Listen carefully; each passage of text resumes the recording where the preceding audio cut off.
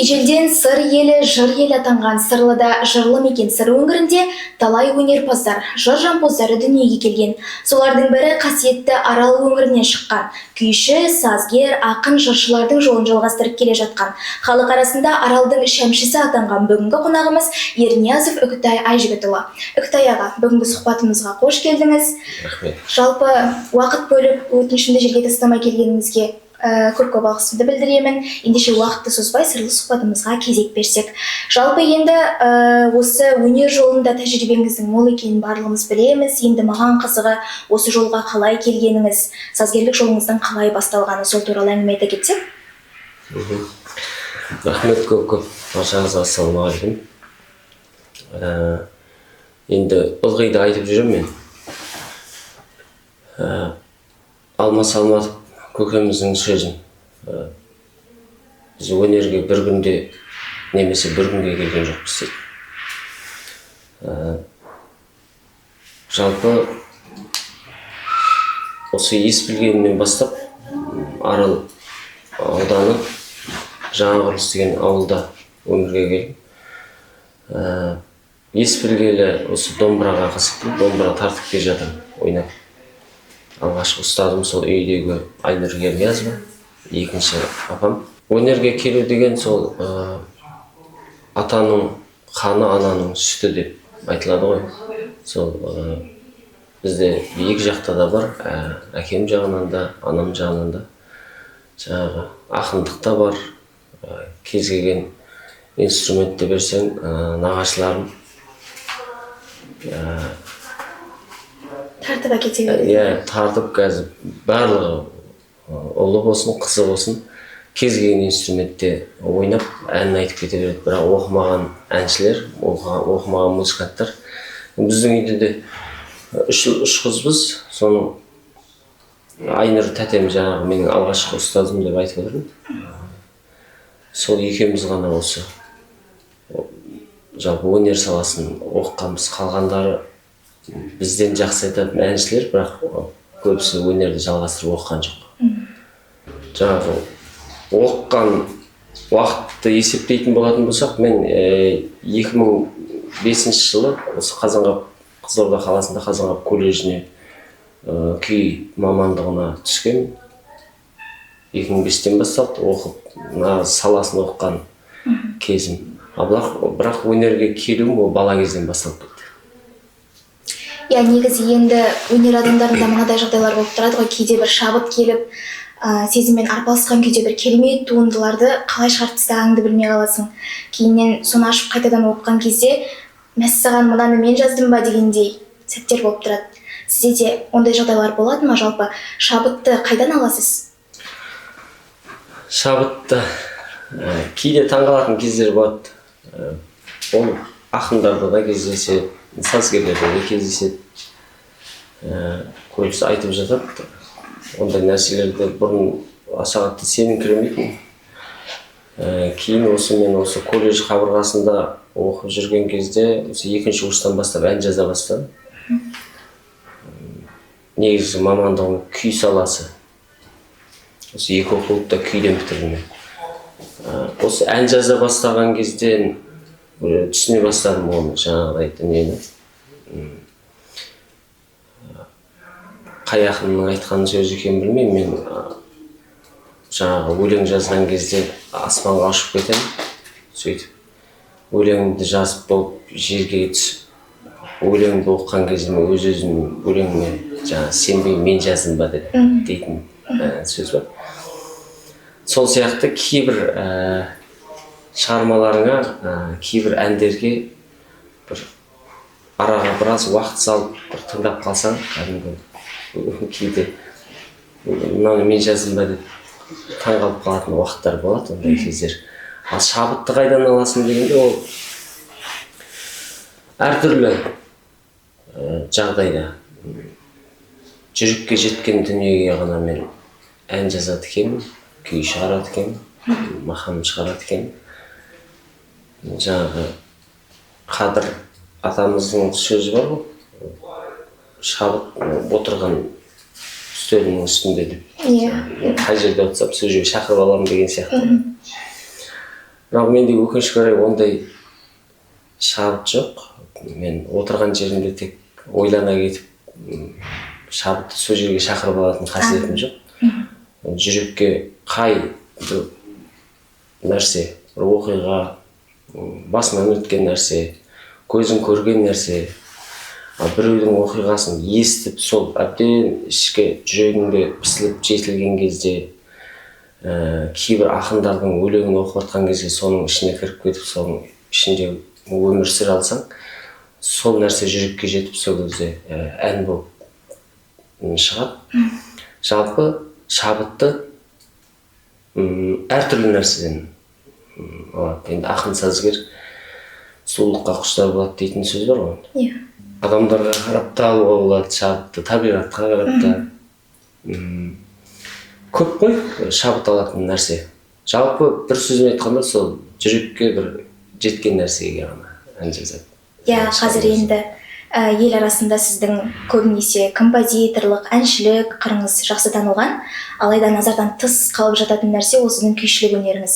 Мен сол нәрсеге әңгіме өрбіткім келіп отыр. Жалпы күй тартуды қанша жасыңыздан бастадыңыз, және де бір ерекше сюжеті бар, ерекше тарихы бар бір күйіңіз бар ма? Сол туралы айта кетсеңіз. Енді күй тартуды осы жаңа бағана айтып отырмын ғой, бала кезден домбыра тарттым деп. Ол кезде бірақ мен күй тартқан жоқпын. Халық әндері, Айнұр тәтем өзі шешемізден не үйренді, соны маған үйретті біраз. Бірақ мен жаңағы таспа дейміз ғой енді. Содан жаңағы кассеттен тыңдалатын мафон жаңағы жыр термелер әкеп береді. Жаңағы оқып жүрген уақыттарында соның барлығын тыңдап отырып сұлыққа жаттайтын. Ол термелерден арнайлап отырып жаңағы мына жерін былайрақ деп үйреткен жоқ. Сол басын әндерді бір жеңіл әндерді үйреткеннен кейін ары қарай өзім сол сұлыққа тыңдап үйрендім. Жаңағы теледидардан қандай музыка естіліп қалады, соны бірден соған лайықтап құлағын келтіріп алып, жаттап соны ойнап неше түрлі музыкаларды. Күй саласын, күйде үйренген уақытым осы 2005-те жаңа колледжге түстім. Содан бір жыл бұрын 2004-те осы Байқоңырға барып, сол жақта жаңағы әпкем тұрады, үлкен әпкем, Рая есім. Сол кездерде жаңағы Берік деген бір бауырымыз болды.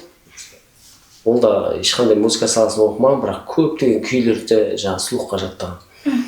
Ең бірінші күй дегенді сол жігіттен үйрендім. Бір 2 күй ма, 3 күй. Сол 2-3 күй жаңағы ауылдан жаттаған термемізбен келіп Қазанғап колледжіне түскеніміз бар. Күйде жалпы солай 2004-тен бастап күй тарта бастадым. Жалпы кез келген саланың өзінің қиындығы бары, сізге де мәлім, бізге де мәлім дегендей. Мен бір оқиға естіген бір ағамыз бар екен, өзі жоғары оқу орнында оқып жүріп, жастық шағындағы тентектігі болар бәлкім, 3 рет оқудан шығарыла жаздапты. Бірақ сондай сәттерде оны құтқарып қалған сол құрметті Қазақстанның азаматтарының алдында өлең айтқан домбырасын ұстап, сол кісілердің ризашылығын алып, әйтеуір оқуда қалып дипломын ұстаған жағдай бар екен. Енді мен жалпы бұнымен не айтқым келіп отыр? Өнер жолында бір қиындыққа тап болған кездер болды ма? Және де сондай бір тығырықтардан осы өнер арқылы шығып кеткен сәттер болды ма сізде? Енді жаңағы айтады ғой, өнерлі бала сүйкімді келеді дейді. Нақты бір оқиға еске түсіп отқан жоқ, бірақ жаңағыдай мен ойлаймын, жаңағы балалықпен, жігіттікпен жаңағы бір дұрыс емес нәрселерді жасап қоятын кездер болады ғой енді, жігіт болғасын. Сол кездерде осының мына бір әні адамдың жүрегіне жеткен ән ғой. Я болмаса мына тартқан күй үшін, я болмаса бір мына орындаған термесі үшін, осының дауысы үшін осы жігітті кешіруге болады ғой деген сияқты дүниелер болады деп ойлаймын. Біз мысалы сыртымызда болып жатқан нәрселерді біз біле бермейміз да, ал негізі жалпы сондай нәрселер көп кездеседі. Өйткені мен өзімде де кездеседі ондай нәрсе. Кейбір ұнатыңқырамай жүрген бір жігіттер болатын болса, ананың бір әні үшін, орындаған әні үшін, сол бір дауысы үшін, я болмаса бір домбыра тартқаны үшін ананы бір кешіріп жібересің. Сондай кездер көп болады деп ойлаймын жігіт адамда. Я жалпы қазақта айтып жатады ғой, атадан ұл туса игі, ата жолын қуса игі деп. Сіздің ізіңізді жалғар ұлдарыңыз бар екенін білеміз. Егер де олар өскенде осы өнер жолын таңдаймын деп сізге алдыңызға келіп жатса, оларға рұқсатыңызды берер ме едіңіз? Менде енді Құдайдың берген 4 ұлы бар. Барлығы да демей-ақ қойын. Үлкені 2-еуі, біреу домбыра қазақ, біреуіне жетіген алып бердім, жетігенге қазақ. Бірақ мен қай баланы болса да, егер қайсысы икемді, сол өнерге икем келіп тұрса, соны таңдайын десе мен қарсы келмеймін. Бірақ аса қатты бір бойында ешқандай өнердің несі байқалмай, ішкі дүниесінде өнердің жаңағы иісі сезіліп тұрмаса, ол өнерге қинап, сен домбырашы болуың керек, сен жаңағы гитарист болуың керек, я болмаса басқа сала көп қой. Жалпы өнерге қинап мен баланы оқытпаймын, және өнерге бермеймін. Өзі бала сезіледі ғой, әке балаға сыншы дейді. Әзірге кішкентай ғой. Мен енді қызығушылықпен ананы мынаны жаңағы үйдегі инструменттерді тыңғырлатып тартатындар бар. Бірақ одан әлі сезілмейді ондай нәрсе. Өсе келе белгілі болады, өзі қай мамандыққа икем келеді, соған мен барлық жағдайды жасаймын деп ойлаймын, Құдай қаласа. Қинап жаңағы өнерді оқуым керек деп мен ондай нәрсені жасай алмаймын. Енді бала деп жатырмыз ғой. Жалпы Қазақстанның халық жазушысы Шерхан Мұртаза бір кітабында былай деген екен. Бір кісі бір данышпанға келіп айтыпты да, сен қай жерден келдің деген екен. Сонда ана данышпан жауап берген ғой, енді мен балалықтың елінен келдім. Бәлкім ересектердің арасында балалықтың елінен келмеген ешкім жоқ шығар деп жауап беріпті. Сөйтіп жақсылап түйін деген ғой енді.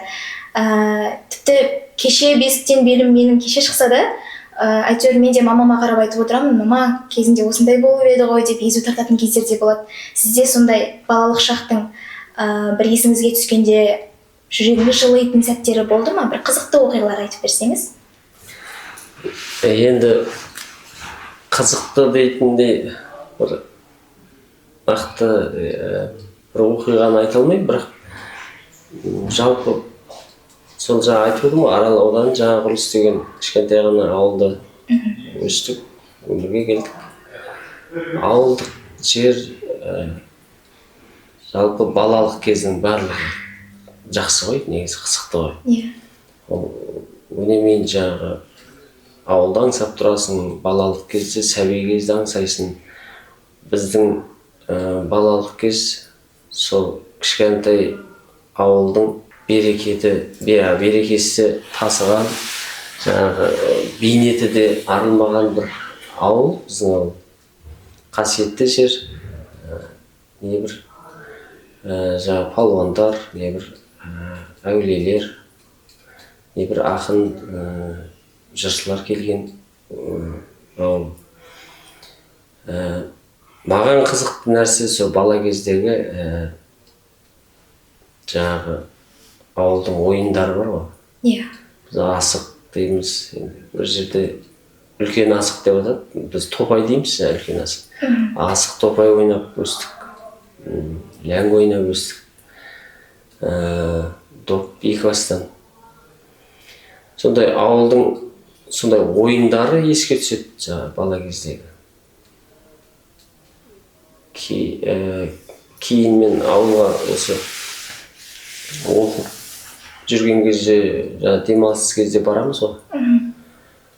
Менің ана үлкен сахна дейтін әнім сол ауылға шыққан. ол қалай шықты? Ауылда бұрынғы ойындар жоқ, кейін жаңа интернет барған уже. Балаларда бір сотка қолдарында, баяғы ойындардың барлығы жоқ. Сосын үйге су, үйдің ішінен ағып тұр. Біз мұз тасып алып келетінбіз ішетін суға. Қарды ертіп, соның суын пайдаланатынбыз. Қазір ауылдық жердің барлығы қала сияқты болып кеткен. Соған бір қынжылып бала кезде сол ойындар неге жоғалып кетті. Қазір ауылдың бір иісі шықпайды да баяғы бала кезде. Сол кезде бір қынжылып жазған тұғым үлкен сахнада. Шөбі бар, жантағы бар шабатын, жыңғылы бар шабатын, жаңа отын дейміз ғой. Бейнеті жаңағы көп ауыл ғой, бірақ сол бейнеті мен жақсы екен ғой деп ойлаймын мен қазір. Анда-санда бір ауылға барған кезде сол көріністі көрмегеннен кейін бір түрлі ауыл емес сияқты. Сонда да сағынып тұрамыз ауылда. Сол балалық кезде сәби шағын енді ешкім жоқ шығар сағынып. Қазір енді қай өнер адамын алып қарасаң да, әйтеуір қасында енді біздің тілмен айта берейікші, қазіргі ақпараттандырылған заманда өзінің мобилографы жүреді дейміз, жаңағы SMM дейміз, фотографы дейміз, сондай өзінің бір жанында командасы болады.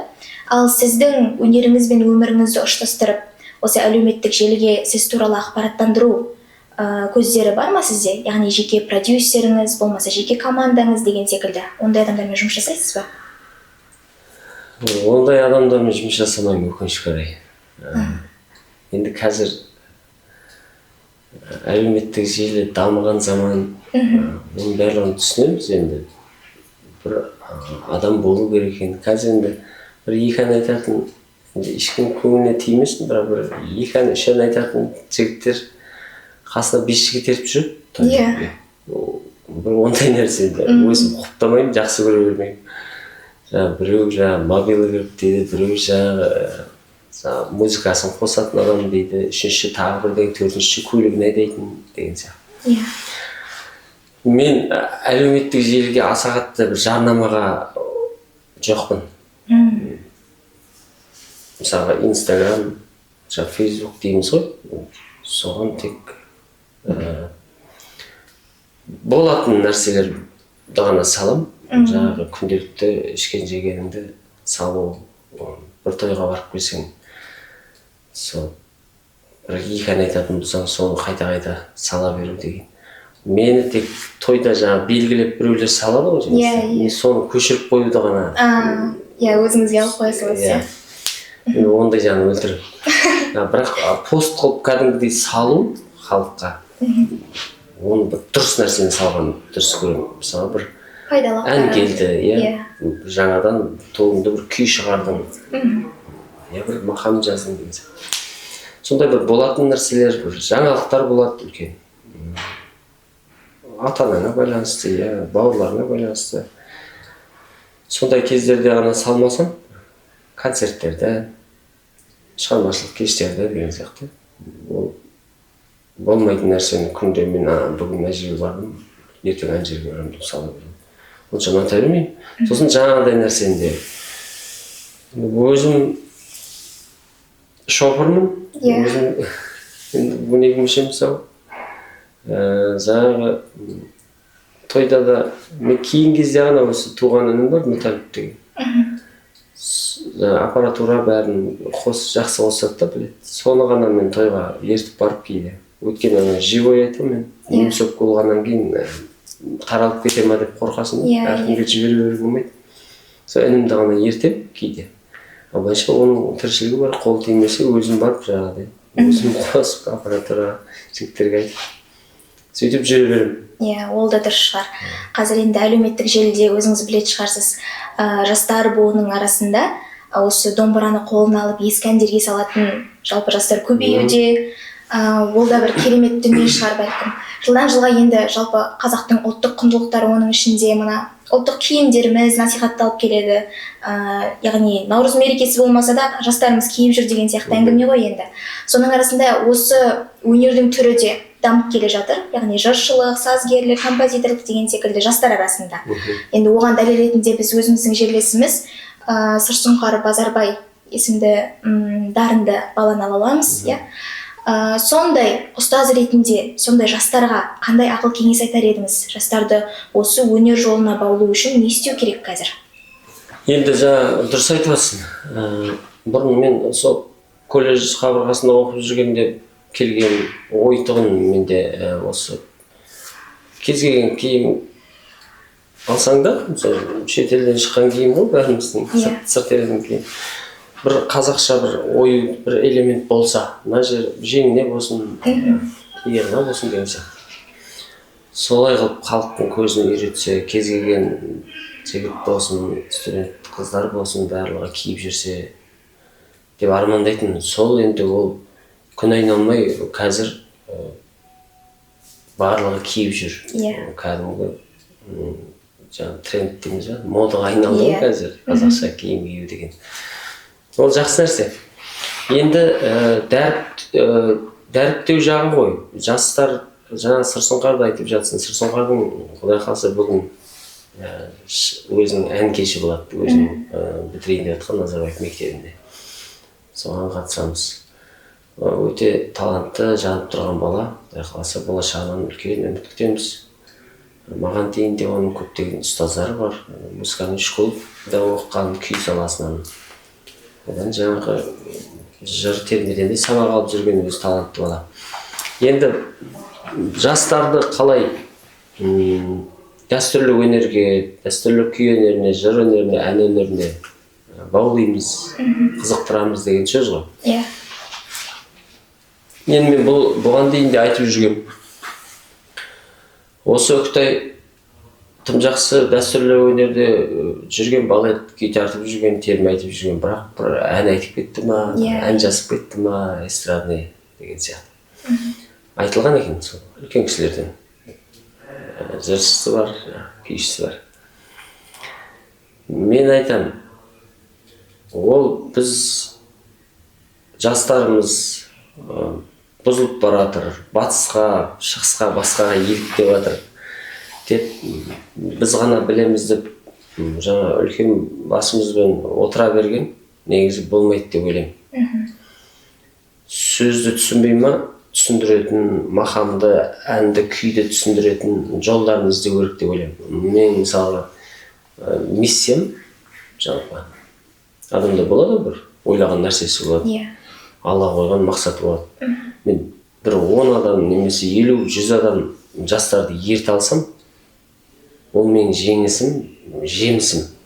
Мен қалай қызықтырамын? Менің ойым, сол қазір эстрада белең алып тұрған заман, шығарып атқан, тыңдап жүрген әндердің ішіне кіре отырып, соның ішіндегі сөзді түзеу керек.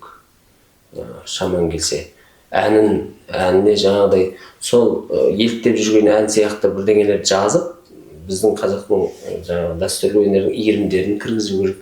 Сөйтіп қызықтырған дұрыс деп ойлаймын. Қол қусырып, ойбай, бізден асқан керемет жоқ, жастарымыздың бәрі басқа жаққа лағып баратыр деген құр сөз болмайды. Сол үшін солай қызықтыру керек деп ойлаймын. Мен сол қазақи әндер жазатын сол әндерім арқылы кейде мен термемен қызығып жүріп кейбір балдар, терме айтқаныма күй тартады екен ғой дегендер де бар. Негізі мамандығым күй, бірақ күй тартатын көбісі біле бермейді. Ол нәрсе бұрын да жалғасып келе жатқан нәрсе, мысалы күйді ғана тыңдалған заман болған мысалы. Тек қана күй.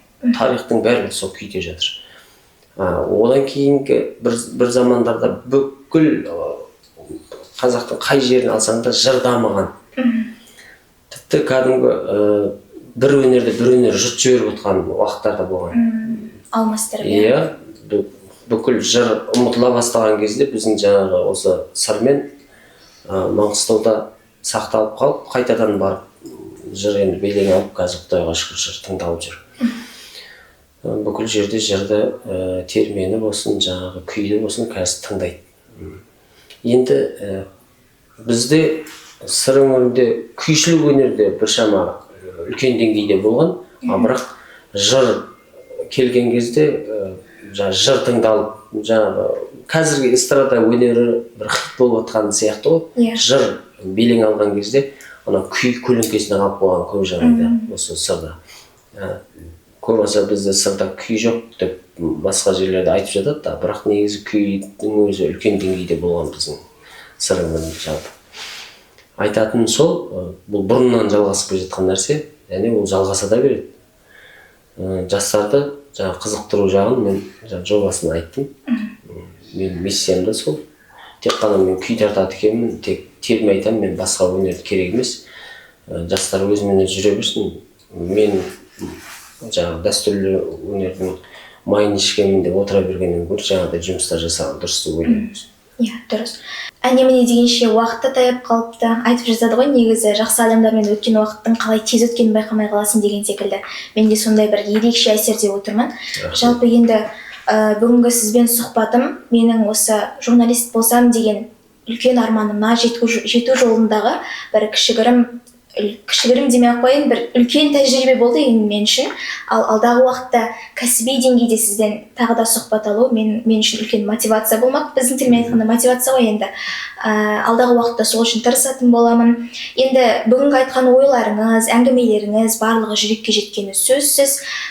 Бүгінгі сұхбатымызды енді ерекше нотада аяқтау үшін сізден кәдесый дейміз ба, домбыраңыздың сазды үнімен бір күй немесе ән тыңдасақ. Енді арман мақсатыңа жете бер.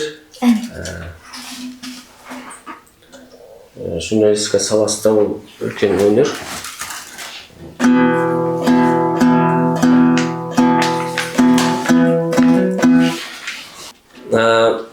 Негізі бағана айтып жатырмын ғой, екі оқуды да күй саласынан бітіргенмін. Осы Қазанғап колледжін және Астана қаласында Қазақ ұлттық өнер университетін. Осындағы ұстазым Төлепберген Тоғжанов дейтін ағайым болды. Астанадағы ұстазым профессор Орынбай Дүйсен дейтін жақында қайтыс болды, иманды болсын. Сол ұстаздарға біз қашанда қарыздармыз. Ұстаздардың еңбегі орасан біз үшін. Жаман болып жатсақ өзімізден, жақсы болып жатсақ сол ұстаздардың арқасында деп ойлаймын. Сондықтан осы Төлепберген Тоғжанов ағайымыз бір сөзінде адамды негізі тірісінде бағалаңдар деген сөзі ойымнан кетпей қалып сол. Осы ағайым көптеген ғылыми жұмыстар жасап жүр ғой, бірнеше кітап жазған, біздің сырдың мақамдарын түсірді, қаншама күй кітаптар жазған. Осы кісілер алдымызда жүргенде, арамызда жүргенде бір өкініш болмасыншы ертең деп бір күй жазуым керек деп ойлап жүретінмін. Енді бір күйді отыра қалып шығара салатын нәрсе емес қой. Сол әбден ішімде пісіліп жетілді ғой деймін. Сол ағайыма арнап бір күй жаздым. Ол күй енді ағайдың өзінің де сондай жүрдек күйлері бар. Өзі мінезді, ер мінезді, бір сөзді, сондай кісі. Соның мінезі көрінеді деп ойлаймын бұл күйде. Сол ағайыма арналған күйді тартып берейін.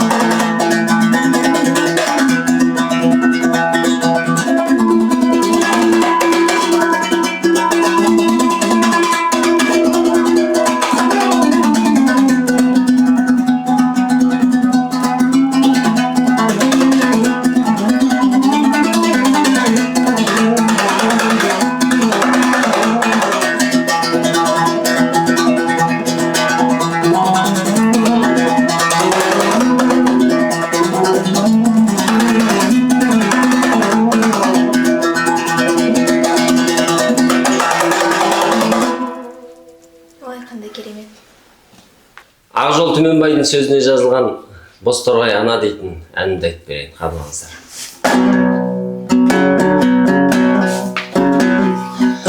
Тоғыз ай 10 күн толғайды, өмірге мен жолдайды. 6 қат аспан астында анамдай адал болмайды, анамдай адам болмайды. Жалғызым жаным жаны апам, мақтадан мабығалақан. Ананың жаны Бозторғай, баланың жаны балапан. Адамды Алла көп сынар, әкенің сөзі оқ шығар. Анамдай сұлу адамзат жұмақ жақта да жоқ шығар. Періштем болып қорғайды, пейіштей болып орнайды. 7 қат жердің үстінде анамдай жылу болмайды, анамдай сұлу болмайды. Жалғызым жаным жаны апам, мақтадан мамығалақан. Ананың жаны Бозторғай, баланың жаны балапан. Адамды Алла көп сынар, әкенің сөзі оқ шығар. Анамдай сұлу адамзат жұмақ жақта да жоқ шығар. Қартайса анаң сол қайғы, ақ жүзін әжім торлайды. Жүрексіз адам болса да баласыз ана болмайды, анасыз бала болмайды. Жалғызым жаным жаны апам, мақтадан мабығалақан. Ананың жаны Бозторғай, баланың жаны балапан. Адамды Алла көп сынар, әкенің сөзі оқ шығар. Анамдай сұлу адамзат жұмақ жақта да жоқ шығар. Анамдай сұлу адамзат жұмақ жақта да жоқ шығар.